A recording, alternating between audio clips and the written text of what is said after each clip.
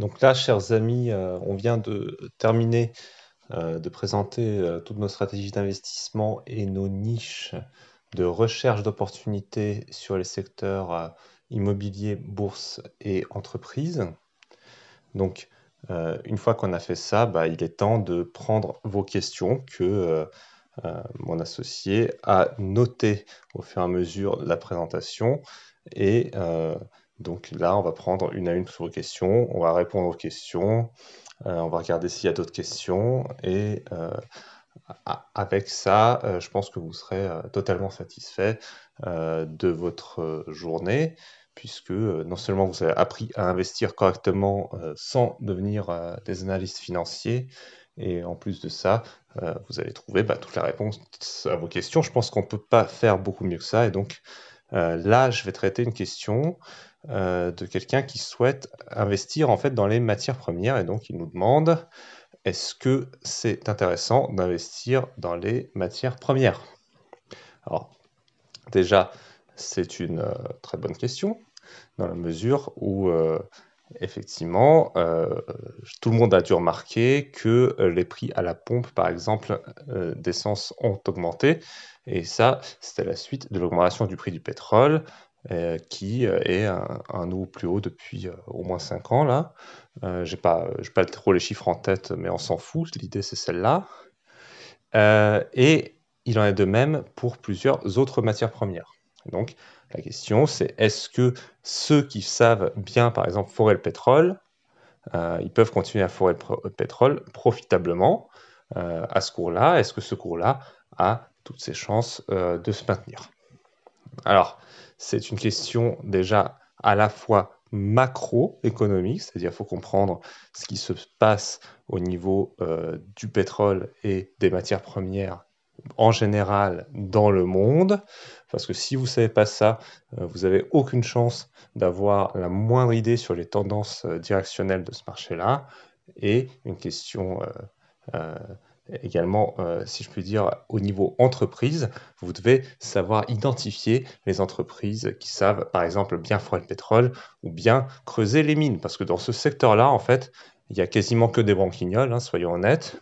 C'est des gens qui creusent tellement mal les mines ou qui forent tellement mal les puits de pétrole que le coût de production en fait est euh, à peu près en fait au cours actuel du pétrole pour énormément de producteurs dans le monde. Donc même à ce cours-là, il y en a qui arrivent à pas faire de profit. Et à côté de ça, il y a des gens qui savent forer du pétrole qui au baril à 80 dollars arrivent à faire 70 dollars de profit par baril, ou quasiment ça, on va dire 65, on s'en fout. Donc c'est énorme. Il y a des gens qui savent forer, il y a des gens qui savent pas forer, il y a des gens qui savent miner, il y a des gens qui savent pas miner. Donc nous, on a fait une étude exhaustive de tous ces secteurs-là en prenant des sociétés dans différents continents, différents pays, parce que il y a des pays où les gens savent forer le pétrole, il y a des pays où ils savent pas, il y a des pays où les gens savent forer les mines, il y a des pays où ils savent pas, et donc on a pris le temps d'identifier non seulement les pays où il y a de bons producteurs, des pays où il y a des producteurs très low cost, et également on a identifié les pays à éviter, bien évidemment. Donc, on va faire un point sur tout ça pour répondre à cette question. Donc, on ne répond pas de manière brouillonne et on commence par l'aspect macroéconomique, ce qui est, à mon sens, le plus important. Donc, je vais parler un peu du marché du pétrole d'abord, parce que le marché du pétrole, c'est le marché le plus lucratif dans les commodités quand c'est bien fait.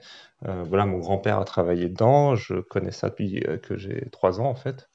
Donc c'est un marché, je le répète, extrêmement lucratif quand on s'y prend bien, et ce, j'ai envie de dire, presque à n'importe quel cours du pétrole, pourvu qu'il soit à peu près positif, ce qui n'a pas toujours été le cas, puisque en 2020, quand même, le pétrole en Amérique a coté, bon, ça a duré qu'une journée, moins 40 dollars le baril. Bon, mais si le pétrole est utile, il n'y a aucune raison qu'il continue à coter une valeur négative, puisque si il y a une utilité au pétrole, bah forcément il y a quelqu'un pour payer en face. Donc il n'y a pas de raison que ce soit durable. Est-ce que le pétrole aujourd'hui est utile? La réponse est unanimement oui. Et ça sert à faire du plastique en premier lieu, ça sert à faire du carburant. Bon, vous savez tout ça. Je vous apprends rien. Donc le pétrole est utile. Maintenant, il y a une grande crainte sur le pétrole quand même, qui est la voiture électrique. Alors, est-ce que cette crainte est fondée? Là, j'ai fait appel à un ami américain qui connaît très très bien le marché de la transition énergétique. En fait, je pense vraiment que c'est le meilleur expert au monde dans ce domaine-là. Donc, j'ai appelé cet ami-là et il m'a expliqué très simplement que si on prend la production de cobalt, de lithium, de nickel et de cuivre, qui sont les éléments nécessaires à la fabrication de véhicules électriques, qu'on regarde combien de tonnes sont produites aujourd'hui en cobalt, en lithium, en nickel et en cuivre, et qu'on regarde ce qu'il faudrait faire pour remplacer les véhicules essence par les véhicules électriques. Ce qu'il dit en fait, c'est qu'il faut 866 fois plus de production de cobalt dans le monde que ce qu'il y a aujourd'hui pour pouvoir faire totalement son remplacement. Sur le lithium, c'est 538 fois plus. Sur le nickel, c'est 53 fois plus. Et sur le cuivre, c'est 9 fois plus. Donc, les gens qui craignent que les véhicules électriques supplantent rapidement les véhicules essence, je pense qu'ils sont un tout petit peu optimistes. Voilà, pour ne pas dire beaucoup trop optimiste, parce que quand même, au cas où vous ne sauriez pas du tout comment on fait le pétrole ou comment on fait des mines, et là, comme on est sur le cobalt, le lithium, le nickel et le cuivre, la question c'est combien de temps on met pour développer normalement une mine. En moyenne, c'est 10-12 ans. Donc, bon, les mecs qui croient que dans 10 ans, il n'y a que des voitures électriques, je ne sais pas où ils vivent, mais bon, peut-être que le métal va sortir tout seul de terre, j'en sais rien. Hein. Si ça se produit, bah, tant mieux, j'ai envie de dire. Hein. Dans ce cas, il n'y a plus de forêt, il n'y a plus besoin de gens qui meurent dans les mines, hein, donc super. Mais si vous y croyez pas trop, si vous vivez sur Terre, euh, a priori, c'est pas possible. Donc, les véhicules essence, peut-être la technologie hybride, hein, c'est pas la question, vont continuer, bien sûr, à exister. Les avions vont continuer à voler avec du kérosène encore un certain temps, je présume.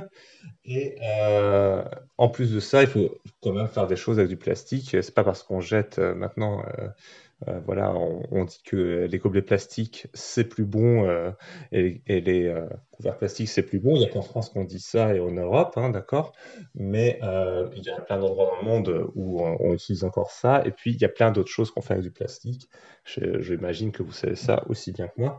Donc, a priori, il n'y a aucune raison que la production de pétrole diminue massivement dans le temps, dans les 10 prochaines années, 10-12 prochaines années, il n'y a aucune raison à ça, parce que de toute façon, il faut 866 euh, fois plus de production de cobalt pour arriver à quelque chose. Donc euh,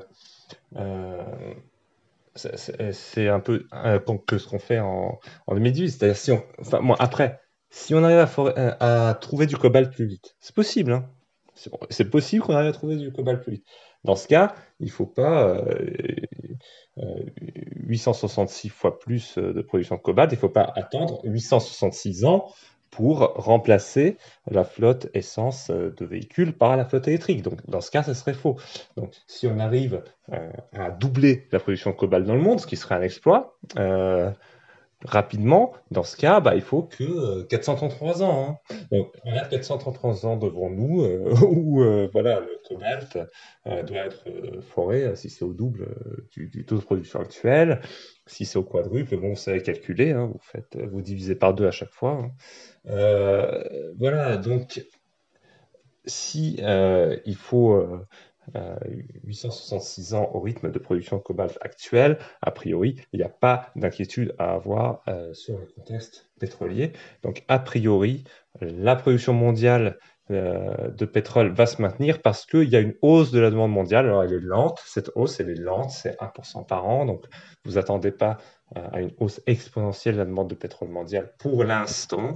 Cela dit, il y a peut-être des pays émergents qui vont vouloir forer du pétrole, c'est pas interdit non plus. L'Indonésie a le droit de se développer aussi. Enfin, il y a des choses comme ça qui peuvent arriver. Donc, dans ce cas, la demande mondiale augmenterait plus vite, mais ça, c'est des scénarios hypothétiques, ce sont des scénarios hypothétiques. Moi, je vous parle de faits concrets. Donc, moi, je vous dis concrètement, au savoir-faire d'aujourd'hui pour forer le cobalt et le lithium et remplacer les véhicules euh, essence par les véhicules électriques, ça va être hyper compliqué de faire une transition énergétique en 10 ans. Parce que juste pour ouvrir une nouvelle mine, il faut 10 ans.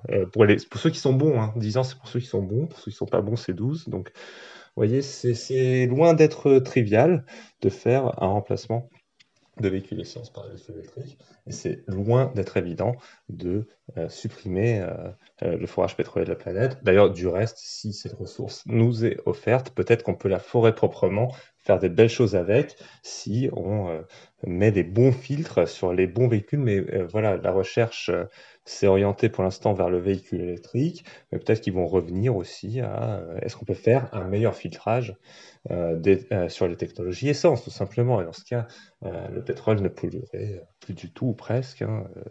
Je veux dire, quand même, Toyota arrive à faire très peu de pollution avec la Prius. Ça, c'est un fait. Voilà, on peut faire des choses intéressantes, on peut peut-être creuser cette piste. Il y a plein de pistes qui sont possibles. Donc moi, je ne m'inquiéterai pas au sujet du pétrole. Et donc, si vous avez envie d'investir dans le pétrole aujourd'hui, c'est tout à fait pertinent de le faire.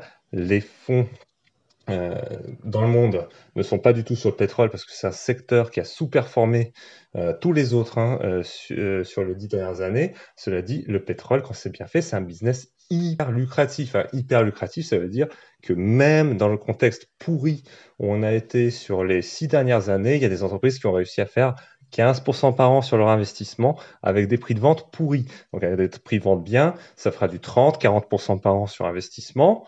Et donc, si vous achetez en plus à un bon prix ces entreprises, bah, vous pouvez faire des retours qui sont extraordinaires, très supérieurs à 20% par an, donc ce qui répond, moi, à mes objectifs. Et donc, c'est très intéressant de regarder ce qui se passe dans le pétrole et de savoir sélectionner les bonnes sociétés. Alors, la mauvaise nouvelle, c'est que la plus de sociétés dans le pétrole, notamment dans le schiste américain, c'est de la grosse bouse. Donc, on touche pas à ça, on va chercher dans les pays où ça faire ça.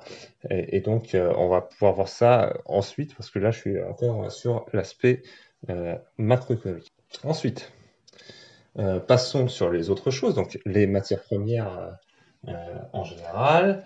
Donc, évidemment, c'est intéressant de regarder ce qui va se passer sur le cobalt, le lithium, le nickel et le cuivre, puisque il y a quand même une tendance de fond, on l'a dit, de produire des véhicules électriques. Et il n'y a pas que Tesla qui produit des véhicules électriques dans le monde.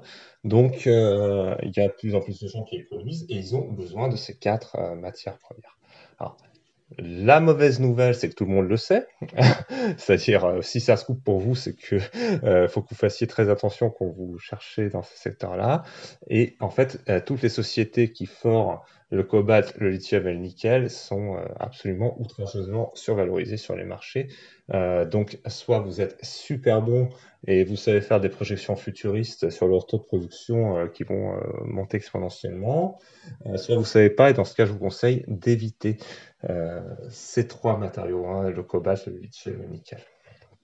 Euh, Par contre, le cuivre, c'est un truc qui est normal. Hein. Le cuivre, ça sert pour l'électricité, hein, pour allumer les lampes, des trucs comme ça. Donc, c'est un truc normal, c'est pas trop à la mode. Alors, évidemment, le cuivre est aussi assez plus haut. Hein. On va pas se leurrer. Je veux dire, les gens, quand même, ils ont remarqué qu'on produisait plus de cuivre dernièrement et que c'était demandé. Hein. Les gens sont pas aveugles. Mais dans le cuivre, il y a quand même des producteurs qui sont bons qui cotent à des prix très raisonnables. Alors, bien sûr, il y a des subtilités analytiques et il faut regarder qui est bon là-dedans et voir en fait si vous êtes à l'aise aussi avec tous les aspects financiers d'entreprise. On aura éventuellement l'occasion d'en reparler tout à l'heure quand on va rentrer dans les aspects euh, investissement concret. Voilà. Donc, après, il y a les trucs où c'est pas très clair, quoi. Il y a l'or, l'argent. Bon, on utilise hein, l'or et l'argent, ça c'est sûr. Ça s'utilise en électricité. Bon, l'or plutôt en bijouterie aussi. Mais voilà, l'or, il y en a pas tellement dans le monde. C'est pas si facile d'augmenter les productions d'or. Je sais pas s'il y aura de plus en plus de demandes d'or parce que l'or c'est du luxe quand même. Donc, est-ce que les gens vont continuer à s'enrichir à long terme dans le monde? Moi, je sais pas en fait. Voilà.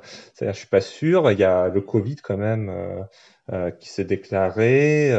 Bon, on peut toujours tergiverser sur les origines du Covid, mais voilà, il y a une maladie qui est sortie. D'un laboratoire top secret qui a littéralement pulvérisé l'économie américaine, l'économie européenne et l'économie mondiale à peu près partout sauf en Chine. Bon, c'est un fait ça.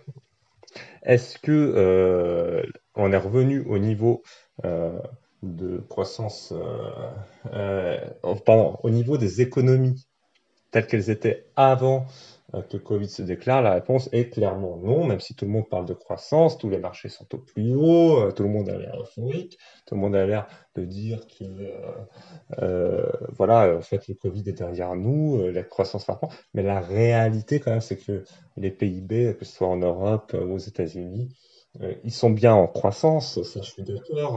Enfin, on s'en fout en fait, mais on va dire qu'ils sont en croissance. Mais par contre, ils sont pas du tout au niveau pré-Covid. Je veux dire, faut pas se leurrer là.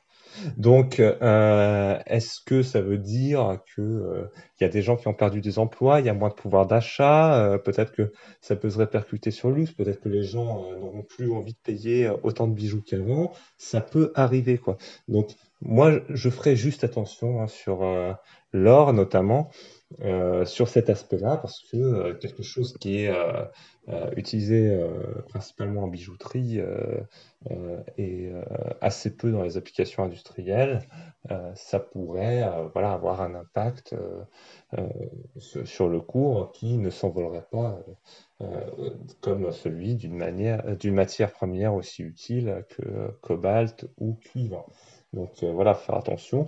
Cela dit, il y a des bons mineurs hein, dans le monde qui savent forer toutes les matières premières correctement, enfin creuser, il faut dire creuser, la forêt c'est le pétrole, mais bon, vous voyez l'idée, il y a des gens qui savent faire ça. Là aussi, je peux vous donner deux, trois noms peut-être. On va regarder tout ça ensemble parce que j'ai pas aussi tous les cours en tête, donc je fais tout ça en même temps. Donc là, on, on va regarder tout ça. Et je pense vous avoir présenté hein, globalement l'état du marché des matières premières. Moi, personnellement, j'aime beaucoup, beaucoup, beaucoup le pétrole. Ça, je pense que vous l'aurez compris parce que il y a de la marge énorme chez les bons producteurs aujourd'hui. Alors, j'aime bien les dynamiques hein, sur le cobalt, le lithium et le nickel, mais tout le monde sait qu'elles sont bonnes. Et quand même, démarrer une mine, ça prend 10-12 ans, donc je ne sais pas si il est raisonnable de se positionner là-dessus quand on est un amateur. Sur le cuivre, il y a des entreprises solides et la dynamique sur le cuivre sous-jacente, elle est bonne. Mais voilà, donc on sait qu'il faudra quand même, pour remplacer euh, la flotte essence par les véhicules électriques, il faudra 9 fois plus de production que ce qu'on a aujourd'hui environ. Donc il y a une bonne dynamique sous-jacente, c'est pas aussi impressionnant que sur le cobalt, mais voilà, on peut essayer de jouer sur le cuivre. Euh, voilà, je dirais, contentez-vous des trucs qui sont utiles et simples, comme le pétrole et le cuivre. Donc ça, c'est mon point de vue personnel, mais voilà, j'ai quand même fait appel à des spécialistes américains du secteur. J'ai aussi voilà, des analystes d'ex-URSS hein, en Moldavie qui sont penchés sur le sujet. Voilà, j'ai échangé avec eux, on a vérifié pas mal de chiffres. Le but là, c'est pas de vous faire un exposé là-dessus parce que c'est super chiant et emmerdant, mais juste de vous donner une synthèse de ce qu'on en a tiré. Euh, donc maintenant, passons aux opportunités d'investissement concrètes